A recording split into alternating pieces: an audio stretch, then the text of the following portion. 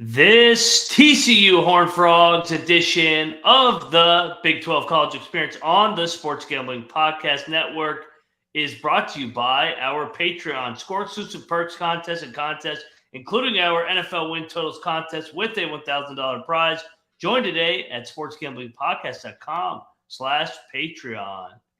And we are also brought to you by Game Time. Download the Game Time app to get a last-minute ticket or tickets at the lowest price guaranteed. Use the promo code CFBX for $20 off.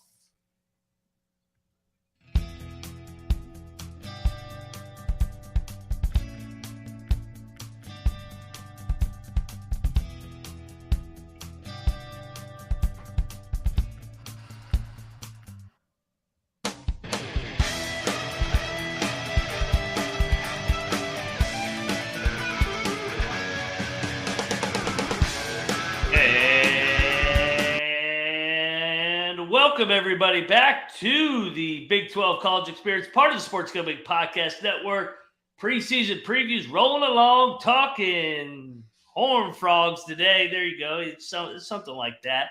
We're talking the defending runners-up in the national championship. Yeah, I'm sure TCU Horned Frog fans would like to forget about that beatdown of the Georgia Bulldogs.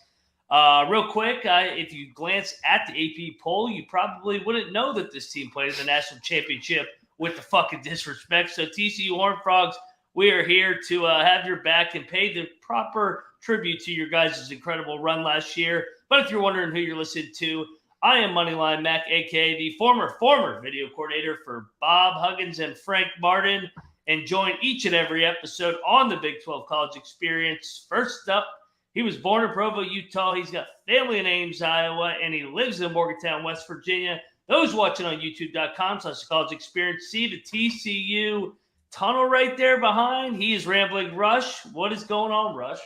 I think we might need Nelly as our intro now for these musics. I guess he's doing the halftime.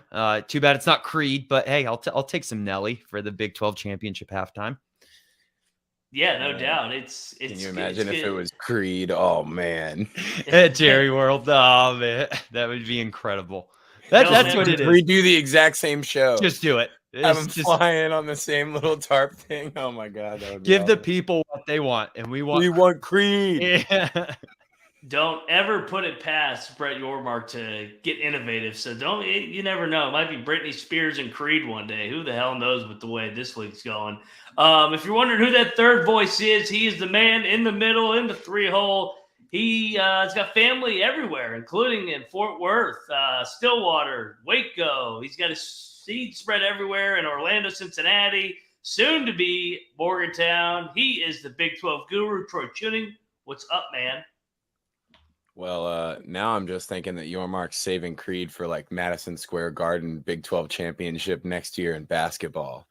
But not much is going on. I mean, we finally have the Little League World Series to bet on. I know we were talking about that with pre-show. Oh, God, no. We talked about this on one of our shows we did last year, almost a year from this day ago. And crazy, it's been a year. Ended up, it's easy to pick futures in the Little League World Series. Curacao, Chinese Taipei, I don't even know if they're in it, but if they are, bet on those. Well, I was going to say, I don't know if we should allow that anymore. Maybe we should, but I guarantee if there's a scandal in Iowa State and Iowa, I'm sure there's going to be a gambling scandal on the Iowa Little League team. So, yeah, watch out for those Iowers. You might want to freaking fade them because, they can be bought. Give little Bobby as many peanut butter cups as he wants. Just needs to drop a pop fly. Yeah. Lifetime supply of Reese's peanut butter cups. Drop this pop fly. Win you $10,000. Yeah, I mean, there is that line there, but Troy's betting scheme is definitely correct too. They may take the under and they give up a grand slam in the first inning, like the guy that bet the under against Texas, and then they got drilled. It's like how do you miss on your own team's games by that much? So that's kind of a recap of the Iowa State scandal. Go check it out. We don't need to talk about that anymore because we're talking TCU Horned Frogs coming off 13-2 in the year one of the Sonny Dykes era. Ran the table in the regular season, a perfect 12-0 before falling to K-State in the Big 12 championship. upset the Michigan Wolverines in the semifinals in Arizona. And obviously it ended disappointingly to Georgia, who won back-to-back national championships. The Horned Frogs went 10-4-1 against the spread, so obviously they were very profitable. And I think 3 of their losses against the spread were in the last 4 games: the K-State game, the Georgia game, and the Baylor game, the famous Baylor fire drill game to end it. So I'll let you lead it off, Rush. Break down this magical first season for Sonny Dykes and company. Well, it was a magical first season for Sonny Dykes, but let's not forget about the history of this TCU team, even under Gary Patterson. Give him his respect, even if he wants to work for Horns Down. But I remember this team used to be in Conference USA and then went to the Mountain West, obviously now in the Big 12. But I remember I think it was like 2006, 2007. I was actually at LaVell Edwards Stadium watching BYU play Boston College. And I'll never forget, they announced over the PA system that TCU had just upset Oklahoma as their first game playing in the Mountain West. And this team's always given, BYU trouble. As a West Virginia fan, I actually kind of like TCU. It kind of balances out there. We've usually played TCU well as a West Virginia fan, but BYU hasn't. But, I mean, they finally got to some BCS bowls, well-deserved. I mean, the history of this team's been kind of the definition of just under the radar, will surprise you, can beat anyone at any time, and then not getting the respect they deserve. And we kind of now bringing it into this past year they lost, 63-7, whatever it might have been in the national championship, but they weren't even projected to get there. And it's kind of like, we always forget this, is like, we never give TCU the respect, and then we look for the disrespect angle. And I think because you were in 6 1-possession games last year, things might even out a little bit this year. But just first and foremost, this is definitely a podcast that respects the hell out of TCU and just how far they've come these past couple of decades, because it's been incredible. And that national championship's an asterisk. I mean, hell, they beat Michigan just to get there. So let's not forget about that. Yeah, I don't know the way that Georgia came out to play that game. I don't know too many teams that wouldn't have gotten rolled. I mean, maybe not at the same final score, 62-7 or whatever it was, but Georgia was going to beat whoever they played that night by probably 3 or 4 touchdowns anyways. It wasn't going to be an entertaining game. They should have just let them play Ohio State again, to be completely honest. I mean, that was 2 out of 3. I mean, that was as entertaining as it was going to get, I think. And then once they got that reality check, the Georgia team was like, okay, we need to lock back in, and realized, we're like a in-between NFL NCAA team. We should not be letting these kids compete with us. So you can't really fault them at all for getting to the championship because you lost the championship.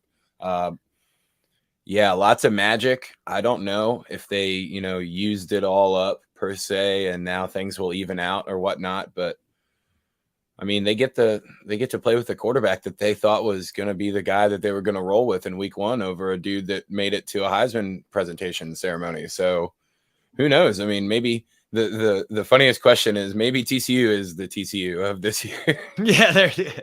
Troy, you make a good point. I mean, maybe they just have the magic once again. And I think you hit the nail right on the head. Yeah, they caught Georgia at the worst possible time. It was finally a game where Georgia was in a dogfight, and it kind of caught their attention. And I get so sick of this narrative that, they didn't have enough 5 stars to beat Georgia. They had enough 5 stars or whatever, 2 stars, whatever fucking star you want to say, to beat Michigan, to beat Texas's ass. I mean, they beat Baylor on the road. I mean, they beat everybody other than Georgia. I mean, and like you said, Troy, nobody was beating Georgia that night. Not even Alabama. Some of their best teams would have beat Georgia that night. So they just ran into a complete buzzsaw. But, I mean, we will talk about what's coming, what left this program off that 13-2 magical season, and what's to look ahead in 2023. But first, we got to talk to you about Game Time, because it's football season, everybody. And if you're looking to get some TCU Horned Frog tickets, whether you want to go see Coach Prime in his coaching debut, there's no better place to use than Game Time. Rush, I know you're a big fan of the Game Time app. You've been using it for years to get tickets for some of the games last minute. Go ahead and tell everybody about Game Time. Yeah, I've been using Game Time basically since its inception. What was nice at the time is they didn't have fees probably to get people on the platform, but I get it. You got to keep the lights on. Mhm. But even then, it's the fees aren't nearly as bad as it seems like the other ticketing sites. I always use them last minute, so I'm saving money there. It seems like I use them the most when I'm back in Northern Virginia visiting Troy at Nats Park. I just hang out in the bullpen till I feel like I've had enough drinks in me. Then it's time to go inside or hang out in Walters. Shout out to Walters. Always have a great time there with Troy before.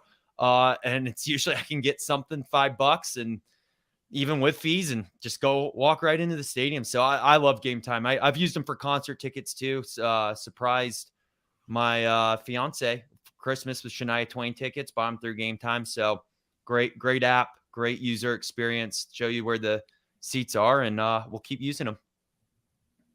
Yeah, and I mean, you heard it. I mean, it's not just football tickets. They got a little bit of everything. Hell, I'm sure Brett Yormark's looking into this. It's the fastest growing ticketing app in the country. Get images of your seat before you buy so you know exactly what to expect when you arrive.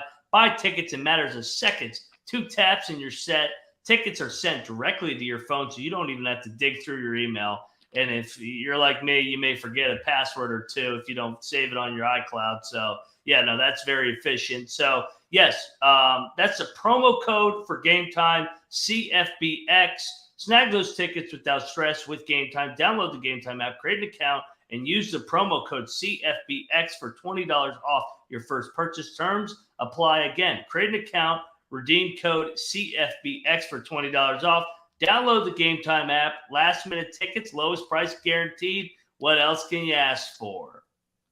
All right, let's get back to the TCU Horned Frogs, everybody. 2023, and everybody watching on youtube.com/college experience. I know the Horned Frogs love that logo to the right of them, Horns Down. This is a Horns Down podcast as well, so go Frogs.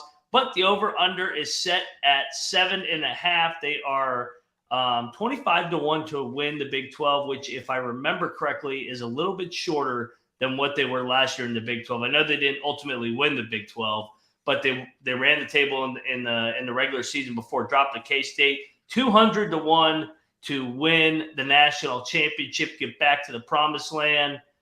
Russ, you already talked about the history of TCU, piggybacking off Gary Patterson. What do you look for here in the 2023 version of the Horned Frogs with the new additions? Obviously, all eyes on the quarterback position, right? Of course, but they start this year with Chandler Morris, who, I mean, Troy was talking about earlier, was supposed to be the starting quarterback last year. Yeah. Got hurt in the game against Colorado, who they open up with again this year. Who knows? Maybe that year was critical. I mean, Duggan came out, played like he had nothing to lose. And I mean, it showed. Now it's going to be a backup for the Chargers, was, on the Heisman stage. And maybe that extra year gives Morris a chance to really mature, heal up, of course. And now you're going into this system, seeing what it's capable of. And now you're able to take it over yourself. People keep talking about this team, what they lost. They did lose a lot of production from last year. I think their top 3 receivers, top 3 running backs, give or take. But you have a new offensive coordinator coming in, and Kendall Briles. That Briles last name might sound familiar, Troy. But hey, this is Sonny Dykes here too. Sonny, we trust. He's a great coach, especially when it comes to crunch time, as we saw last year.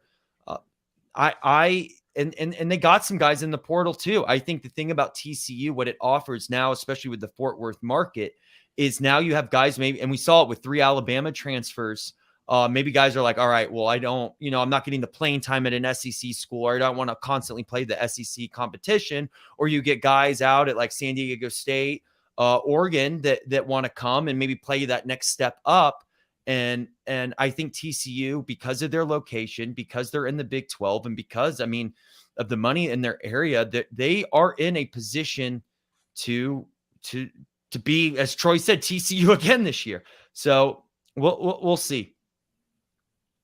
I mean, all the eyes are always going to be on the quarterback, especially in the Big 12, where they've had so many Heisman candidates and winners, and even people that have transferred that have done well at other schools still do a little bit better when they get around, the whole Mike Leach coaching tree, the whole Art Briles coaching tree, and all that kind of just extra knowledge. I think Kendall Briles as an offensive coordinator was a pretty shrewd move for Sonny Dykes to add him in. Very familiar with the Big 12, obviously. And Chandler is, I mean, he originally committed and played at Oklahoma for a year before he went to TCU. He's obviously a pretty good football player. I remember 2 years back, they upset Baylor and he threw for like 500 and something yards in that game. He looks like he's got all the talent. Obviously, the coaching staff thought he was, a step ahead or half a step ahead of Max Duggan, who, I don't know, maybe him losing it all realizes that now he has nothing to lose at this point. And he just comes in there and slings it around like Max did. And, we've kind of seen him do that in the selective games that he's played for TCU. He has been a gunslinger, and he has been a guy that pushes the ball down the field, no problem, doesn't really seem to worry about much. I would be a little scared. I mean, Sonny Dykes knows what he's doing. Kendall Briles knows what he's doing on the offensive side. Obviously, they have to get that physical TCU defense that was kind of Gary Patterson's go-to, always banging bodies and making sure that, if you're going to gain 4 or 5 yards, you're going to feel it every single time. That's probably the biggest issue of concern for me, is that whole side of the ball. And they did well in the portal last year, brought in multiple guys, and obviously all eyes are going to be on Chandler Morris, like you said, and then the wide receiver position room, bringing in all these guys, whether it's Richardson, Beck, Russell, Wright, and Thompson. I mean, they got a bunch of new faces, but I think the system, like you said, with Briles, speaks for itself, the culture. I don't think people realize how good Gary Patterson was, like you guys said. 181-79 in his 20-plus years at TCU. I think that I would be shocked if TCU just came back and followed up their 12-2 last year, or 13-2, sorry, with like a 5-7. I'd be absolutely shocked. I think this is a really good program moving forward. Looking at the last couple times they've gone like 12-1 or so, they followed it up with a 13-0, 11-2, 11-2 twice. So they've been in this situation where this wasn't just a one-hit wonder TCU magical season. This has been a really good program for years to come. And we can argue at the end of the show, after we go by the schedule, this potentially could be the program that is best suited forward in the new Big 12, being where they are located in Fort Worth, just outside of Dallas. But before we dive into the 2023 game-by-game schedule predictions of the TCU Horned Frogs, I got to talk about the Sports Gambling Podcast Patreon, because you can get access to exclusive contests, including our NFL win totals contest with a $1,000 first place prize. Besides season-long contests, they also have weekly contests for you patrons out there, plus a monthly SGPN Stories podcast, completely ad-free and full behind the scenes from all the years of being D-Gens. And there's even a Discord channel. I saw it popping today talking about Big 12 football. So get over there to the Discord. Do your part and prevent the corporate gambling by signing up today with the sportsgamblingpodcast.com/Patreon. That is the sportsgamblingpodcast.com/Patreon. And we are back on the Big 12 College Experience talking TCU Horned Frogs 2023 season. Any last thoughts on these Horned Frogs before we dive into the big noon kickoff coming here soon against Coach Prime, a future Big 12 matchup here? So you'll see it in my particular predictions. I think you're going to see this team be a little streaky. And I also think that their record potentially may not reflect how good they are. We see with one possession wins or losses, sometimes that evens out the following year.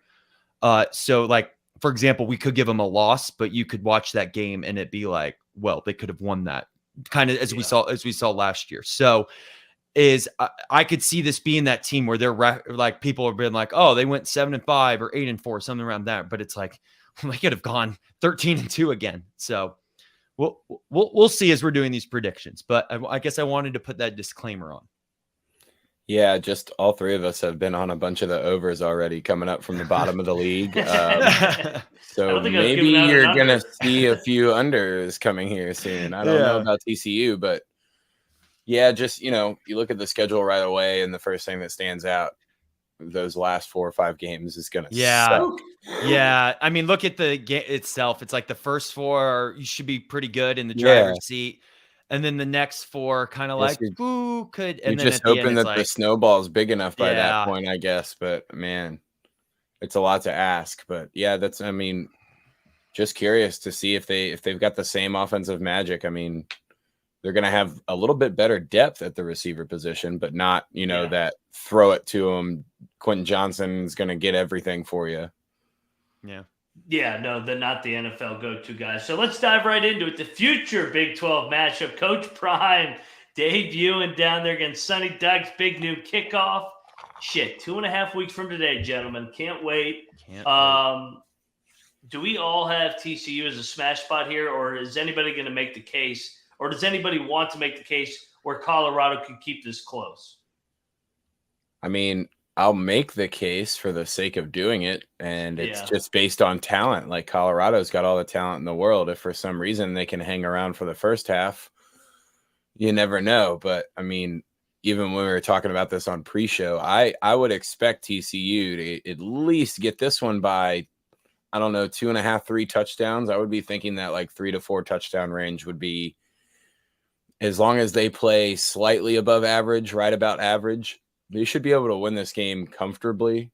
But if they come out and they stumble in the beginning, that's the only thing I see for Colorado, is if they can hang around, and if the referees are going to let the defensive play a little bit more physically, then maybe some of those outside guys with new wide receivers transferring in can kind of screw with the timing.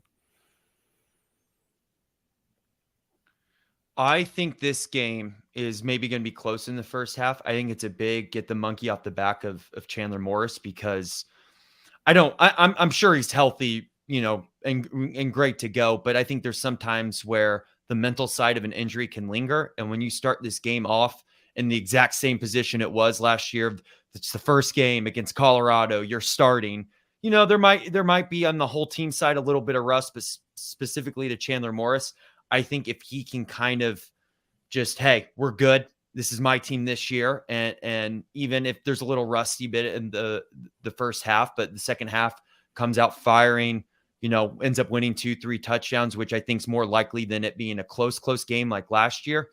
I think that could really propel him for the rest of the season. We'll talk about point spreads, but the current line is 20. I'm actually pretty comfortable laying that number, because both coordinators want to play really fast, whether it's Bryles at TCU or the guy that went from Kent State, I think Sean Lewis, and now he's the offensive coordinator for Colorado. So I think TCU makes a statement here. But like you said, last year when these two played, it was 7-6 at half, and it was a 10-point game going into the fourth quarter. It could be similar, but I definitely think TCU ends up pulling away. Next up on the schedule, Nichols, baby. Nichols State out of Louisiana. I think it's in Louisiana at least. We all got a smash spot here again. Yeah. Yeah, this is a win. 2-0 for the Frogs, and that sets up the Big 12 opener a week early, actually. Standalone game in the Big 12 in Week 3, Saturday, September the 16th. They're going to H-Town here, in-state rivalry. Place going to be popping for the Dana Holgorsen debut here, with Houston debuting in the Big 12. Break it down here, Rush. Well, I think this game's going to be a win. I think you're going to have a lot of TCU people at this game. Actually, how far is it from Fort Worth to Houston? What is that? Houston, 3, Dallas, 4 hours? 3.5, 4 Yeah. and a half. This game obviously tells me that it was scheduled before it was supposed to be a Big 12 game too. So with it being the first Big 12 game, but hey, I actually, for it being the first Big 12 game, it's a good one. I think Houston in this game, from the Houston side of things, needs to, keep the game close. TCU, hopefully they're 2-0 by this point and kind of are in their comfort. They're in the groove. Chandler Morris is back and kind of can keep this thing going. I do think they'll beat Houston, but I could see this game, especially being the first conference game, in-state rivals, could be a little closer than people think, or a little closer on paper. But I do think TCU gets the win here. Yeah, I'm definitely leaning towards TCU in this game. Being a week early and being at Houston does make it a little bit weird, but I don't think this is a weirdly scheduled game for TCU's program in general. In the past, like playing Houston in week 3 would have been something that they would have done. There's not enough that Houston has that makes me think that they're going to be able to pull this off. And just returning enough, getting a guy that wants to go quick. And again, you're going to have another, both offenses here are going to want to fire the ball down the field, kind of playing into what TCU wants there and what Kendall Browse wants to do. I definitely am going with TCU in this one. I think this is a one-possession game. There's no line out on it yet. I would take Houston with the points. I think it's a game, another wild Big 12 game between Dana and TCU. I'll lean to the Horned Frogs to get out of there alive by a field goal. So we all got them at 3-0.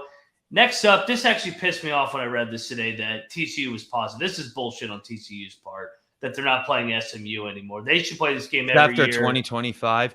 I think they're waiting to see where SMU ends up. I think they're saying there's a chance. I took that from the other side of things. I think I took that as SMU might be maybe in the Big 12, and they're going to schedule them with the conference. I don't think they're going to take 2 Dallas area teams. They already have that market. So, yeah. So what was their logic? I just saw the headline. It just with the expanded playoff, maybe they want to softer schedule in the non-con. They just want to pad some wins, I guess. I don't know.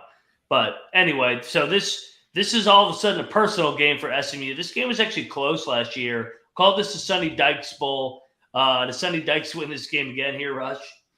It's the Sonny Dykes Bowl. What team is Sonny Dykes coaching? Give me the win for that team, and that team's TCU. So I have 4-0 after this point. He's won every Sonny Dykes Bowl, right? Yeah. Yeah, no, he was beating TCU the last couple times too. So yeah. And anyway, I mean, I'm going with TCU here. I'm sure it'll be a close game just because of the makeup and the rivalry idea. And this is going to be one of the Super Bowls for SMU, especially with how well TCU played last year for them to come in. And even if they can compete, they're going to feel good about it. So again, I don't think you'll see any kind of a blowout here. Maybe, 10 or 14.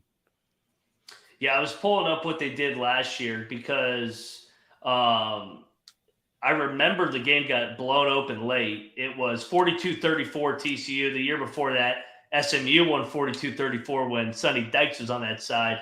And the year before that, 41-38 when Sonny Dykes was on that side of things. So Sonny Dykes has won the last 3 of these. I'll say he's 4-0, but I think this is a close game because all of a sudden TCU's kind of put the bullseye on their back in this game with SMU with pausing the series. So we got a 4-0, and here come the Mountaineers into Fort Worth. The final Saturday in September. Neil Brown's actually played TCU really well. Rush, could you see an upset here? No, I've already predicted this on the West Virginia one. I think West Virginia wins this game. And I get you see the West Virginia stuff behind me. I'm broadcasting from Morgantown. I'm an alumnus of West Virginia. That has nothing to do with the fact we've in this series, and when we've played TCU, we've usually won this game. You look at last year, their national championship run, at least to the national championship. I mean, that final score, I mean, Ryan, just ask your parlay last year. Sorry to bring it back up, but it wasn't a 10-point game. West Virginia honestly probably should have won that game. Neil Brown just got in the way of, outcoached himself. And so TCU was able to, be smart and end up winning it. It should have at least been a closer game. I will say at the tailgating scene, good amount of TCU fans, very nice people, very respectful. I don't know if anyone has any other experiences with TCU fans, but here in Morgantown, tailgating with a couple of them, had a good time. So, but I do think West Virginia is going to go into Fort Worth. They've done it multiple times before and win this game. Yeah, I think to stay consistent with my reasoning, and also just that, like Neil Brown having himself be the speed bump. Hopefully at this point in West Virginia's season, he's realized that he can simplify things and just work with his front and, kind of jam the ball and slow the game down. And if they do that, that's, you're forcing Kendall Browse to go even faster than he already wants to in order to get a certain amount of plays off in a game. And that can cause super uncomfortable spots. So yeah, I think I went with West Virginia on the West Virginia preview, and this just seems like a letdown spot after starting kind of hot. Yeah, especially after big wins at Houston, SMU rivalry game. Yeah, I like the Mountaineers as well. Like you said, Neil's had their number. They've won the last 2 trips in TCU. Dana was good at TCU over the years as well.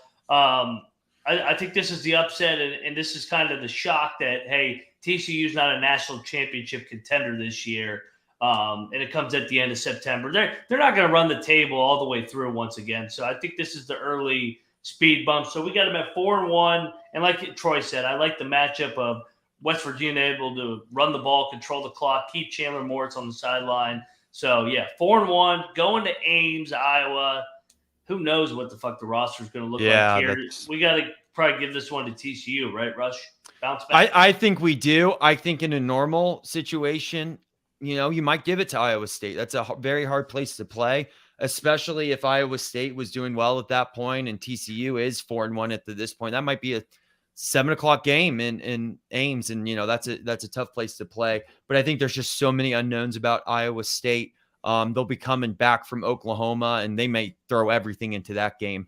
And then they're at Cincinnati the following week. And that may be, a win that they feel like they can get because we're not high on Cincinnati this year. So that TCU might be, even though it's at Iowa State, might be kind of just that lay down spot for them. So I'll go TCU here to move them to 5-1. And we saw how TCU, I mean, granted, it was a lot more time of preparation and all that, but TCU's response after they lost to Kansas State is they made Michigan kind of look like a little punk. I mean, again, that's one where the final score didn't really reflect that TCU kind of did exactly what they wanted to throughout that whole game, and it was kind of always in their control. I think Sonny Dykes has the guys up, especially if they blow the game to West Virginia. I don't think this is a spot that even like a Hunter Decker's Iowa State team would win. So I gotta go with TCU here. Yeah, on the Iowa State preview, I had the Cyclones, but like you said, I can't take them right now with what I've seen. So it is what it is. I'll Benedict here gladly with the gambling scandal. I'll take the Frogs to bounce back 5-1. Then they get a old Mountain West rivalry here. We got BYU versus TCU. Glad this game's back on the schedule. Rush, you are a BYU fan. Do you have both your teams sweeping the Frogs or are you splitting? No, they're going to split. So obviously growing up a BYU fan and now being a West Virginia fan, I know both teams pretty well. West Virginia tends to beat TCU and BYU tends to lose to TCU. BYU's actually had a couple undefeated seasons being ruined by Andy Dalton. So especially this game's not in Provo either. I'm going to take the win over BYU for TCU. Yeah, and I think as an entire program, the coaching staff will be looking at this game as, it's going to be one of their last good chances to get a win coming up with their backloaded schedule. So I'm going with TCU here. If this game was in Provo, I might give BYU a much bigger shot. But I think that this will be one of the more focused TCU teams that you see in this game. And because of that, I'm going with them. Yeah, I got them beating BYU. I don't think they're going to lose back-to-back home games. Although I am worried that they could be looking ahead to this gauntlet that's coming up. So maybe hatching their egg before, or whatever the fuck they're saying. I don't even remember. But anyway, TC, they could be looking before they hatch. Yeah, I think that's the saying. Troy's just like, I think that's the saying. I blacked out there. But anyway, I got them getting out of there with the win. If the game was in Provo, I'd probably be on the Cougs, but not going to. Do you know? I don't know if they can still move the schedule or not. Like but man, this actually would be a perfect Thursday night game. TCU BYU. That would be a great Thursday night game. I don't think that they flex the games in college football.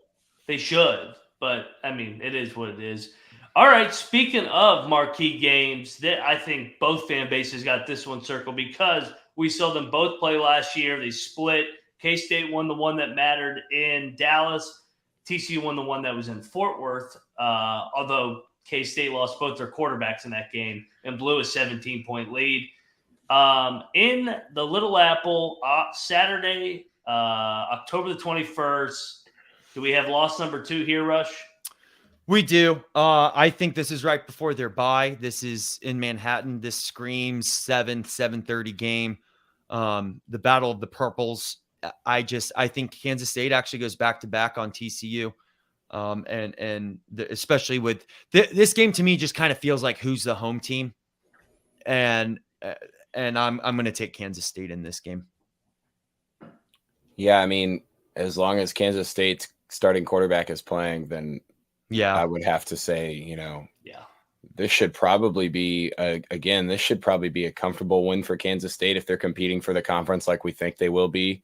That 10 to 14 point, never really out of your grasp. Maybe you're down by a field goal here and there or something like that in the first half. But yeah, I don't have TCU going to Manhattan and winning anything. So, Well, and we talked about how West Virginia's a bad matchup for them with their running attack. K-State's the bigger brother version of that. They ran the ball right down their throat in both those games. And let's be honest, they would have won in Fort Worth too if Adrian Martinez or Will Howard had stayed healthy. So I'm on the Cats as well. This is their kryptonite. TCU, this is the worst possible matchup because that physical brand of football, especially under the lights, cold, K-State, late October. I'm on the Cats here in smash spot. All right, so they go to a bye. We got them at 6-2. This game could go either way because this was a competitive game last year in Fort Worth. They got the Red Raiders in Lubbock Thursday night FS1. Here you go, Rush. Standalone There game. we go. The Thursday night. Fantastic. Both teams coming off a bye, by the way. So I guess we haven't done our Texas Tech preview. So I was a little concerned about Texas Tech at first. And then because it seems like everyone's like, oh, my dark horse is Texas Tech. My dark horse is Texas Tech. But so I looked into Texas Tech a little bit. I know we're doing them next anyway. So I've begun my research on them. And I like their schedule and I like their offensive side of the ball. My concerns, and not to kind of give the rest of the schedule away, is I think you look at TCU's schedule into thirds, right? I think the first third, they go undefeated. I think the second third, they go 2-2. Because I know we're doing the game by game and what we see best. But I also think we've talked about this through each preview is you kind of have to chunk the games. And I think this last 4 is they go 1-3. So which game is that? And I think since this game's at Lubbock, I am leaning towards Texas Tech being kind of a dark horse this year. I'm going to pick Texas Tech. But, man, this is a great Thursday night game. And this could be one of those classic Big 12 Mike Leach games where it's like 52-48. But I'm leaning towards Texas Tech. I mean, Thursday night, this late in the schedule, probably cold and windy, at least a little chilly. That's going to be, that's just a tough place in general to go win a football game. You got to think that national TV Thursday night, it's probably one of their most rowdy home games for Texas Tech. Yeah. I don't know if Chandler has it, if there's, any kind of swirling wind or anything like that. And the Tech team is a little more used to driving the ball through that. I got to go with Texas Tech here. I just think, both teams coming off of a bye means that the prep you don't get any extra benefit of that extra prep. The other team's doing the same thing. So yeah, no real look ahead. I don't even think TCU's too worried about Texas after this game. I just think that Texas Tech is the better football team between these two. So. And it's a revenge spot for the Red Raiders. They led the game in Fort Worth going into the fourth quarter last year. I'm with you. I think this is back-to-back road losses, so that gets them to 6-3. It's just a tough spot going to Lubbock on a Thursday night, whether you're coming off a bye or not, because they're both coming off a bye. You mentioned it, the last quad or last third, we think that they're going to win one. I think this is the spot right here, and I'll turn it over to you, Russ, because the Texas Longhorns are coming to Fort Worth one last time in the Big 12. TCU's got the extended bye here with the Thursday night game. Seems like a great spot for these Frogs, Rush. How about you? It does. And here's where this gets kind of back into the chunking. I think, and of course, it's going to be the big 12 teams that are leaving. I think their win either comes from Texas or it comes that Friday night game to end the season against Oklahoma, because I don't know if Oklahoma will be playing a lot at that point, because, we're kind of, spoiler, I'm a little down on Oklahoma this year with Venables. I guess we've kind of previewed it a little bit. But the thing that concerns me and why Texas might get this win, I guess they're going to be, they will come back from Manhattan, right? They're at Manhattan. And then they were supposed to go to Iowa State. But obviously now that we know about Iowa State, maybe that's the game Iowa State gets up for. Who knows? Do you know what is? I'll give them the win here. It against Texas. One last get up. I don't know does Gary Patterson still work for Texas? He just came back. Yeah, he so just he's came back. there. That's right. Yeah. Okay, it is a revenge game for him a little bit. It is, even though they kind of fired him, but it was his time anyway, clearly, and they saw them with Sonny Dykes. Yeah, I won't give them 3 losses in a row. I don't think they're that bad of a team where they lose, 4 or 5. I do kind of compare them a little bit to that Oklahoma State team last year, where it seemed like they were going to go back to the Big 12, and then they just fell flat at the second half of this season. I do think it's a little similar to that, but I'll give them a win over Texas. I just don't think, when you compare the two football teams, that TCU, even if they play their best game, I think it's still going to come down to like a field goal or something in this Texas game. And there's a chance that they can pull it off just with a little bit of extra motivation and whatnot. But I'm more scared for Baylor, even though I took Baylor in the Baylor preview. I'm more scared for that game, because if Texas beats TCU, and I've got Texas winning this one, that many losses in a row, eventually they're going to get right. And I feel like, going to Norman's a little bit tougher than having Baylor come to you the week after this Texas game. I am on the Frogs. This is one of the this is the fuck you send off to Texas. Look ahead line. They actually have this one out as 6 points. Taking the points, taking the money line. Texas is going to choke this one away. They always do. I like the extended rest. I think they find a way to get them back-to-back years and send them to the SEC the right way. So as a group, we got them at 7-3 with 2 to go. This is a tough. If they do win this, this is a tough spot to come back against a Baylor team that you had to pull a miracle out against last year. If they lose this, do we think that they win? I mean, if they go 3 losses in a row, I would think that Baylor's got to be scared. Yeah. I mean, do we all agree that they'll split this homestand? Yeah, I think between Texas and Baylor is where you see them get the win. I think Oklahoma has a chance, like you were saying, Rush.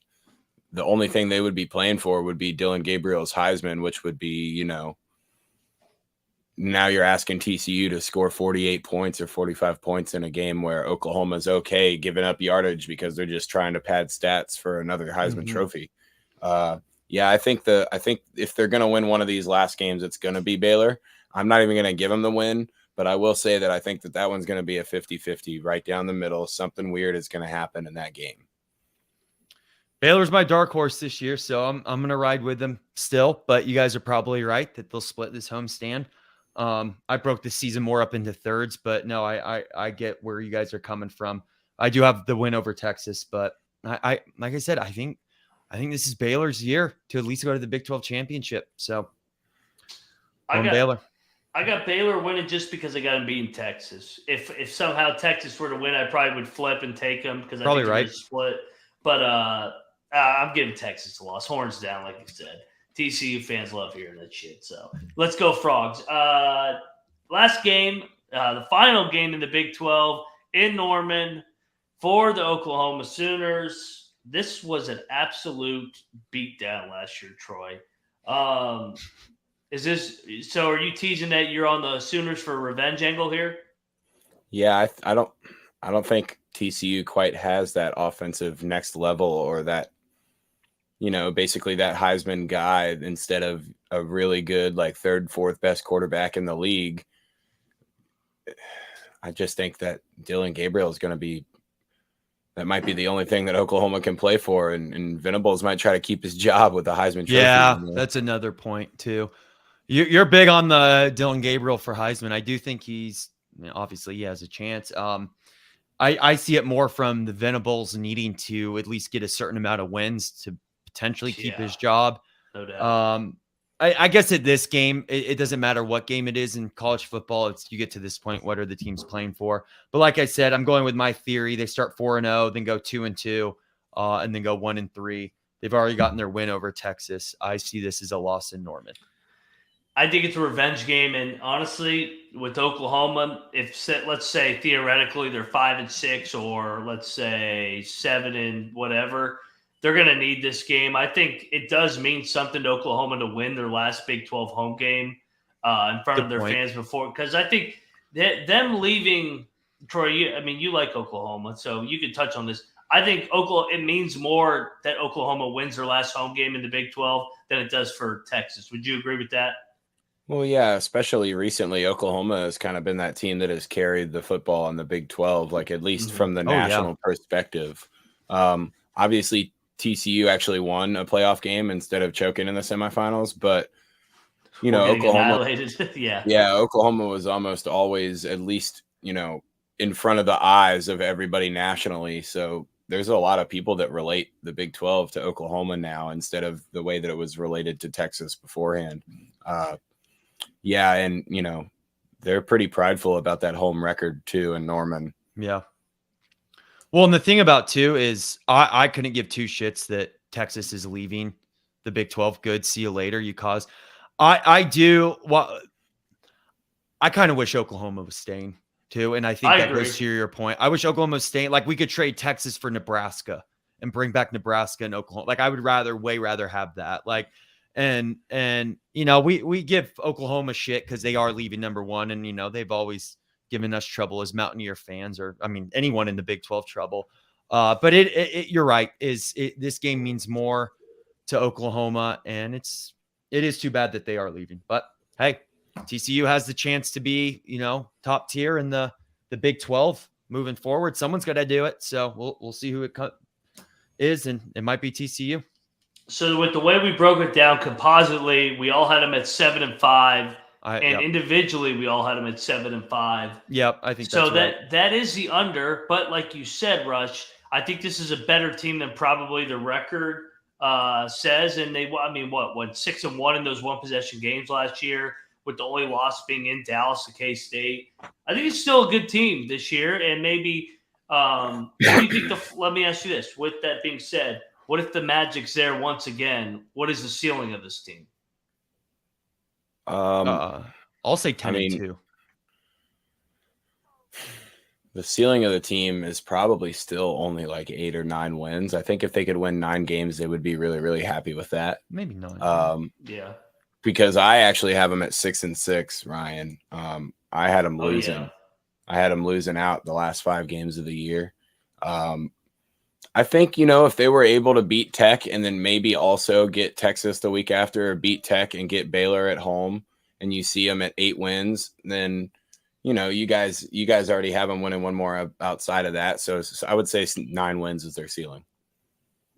I'd actually probably agree. I'll take it one down because you could probably say the W game because that's going to be close potentially. And then, add another game in the bottom. I just think that they're very clearly like a whole step behind what the class of the conference is going to be. Those top 3 or 4 teams are going to be there, and then you're going to have that TCU and whoever else is in that next step down.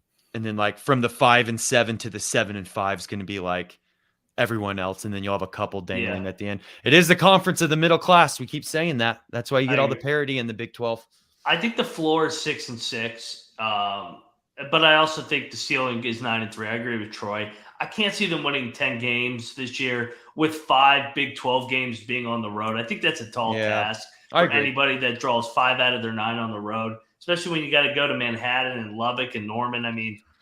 Those are 3 out of the top 5 teams they got to play on the road. So, we're on the under slightly. Troy a little bit more solidly on the under. But like you said, they're going to play in a bunch of close games once again, and we'll see if they're on the right side or if it evens out this year. But, we love the TCU Horned Frogs. We do. Moving along with the Big 12 previews. Before we get out of here, Rush, tell everybody where to find you. At Rambling Rush, Twitter, Instagram, and then Ryan and I do the Ryan and Rush show, which is more West Virginia specific. So subscribe to us there. Of course, any TCU fans out there, check us out when we do the TCU West Virginia preview. And if you want to know anything else about the West Virginia team, love to have you. So anyway, appreciate all the support, everyone. You guys can find me at Troy Chewning on Twitter, and then just kind of keep up with which games I'm going to be trying to make it to this year. I know Russia's wedding is one weekend that probably not going to be able to make it to any games. But sorry, everyone. Besides that, I'm looking to visit a couple of places, and then always got the Caps. So going to be a fun winter. Yes, it will. And you guys can find me at Moneyline_Mac. We are all in the Discord. Hit us up. Go check out the College Football Experience, the main channel. We all come together. The College Football Experience, the College Basketball Experience. Hell, TCU's been good in basketball, and they're going to have another good team this year. The FCS Experience, or the FCS College Experience, sorry. All together on one platform on youtube.com/College Experience. Go Frogs. Looking forward to seeing what the Encore has in store this year. Let it ride.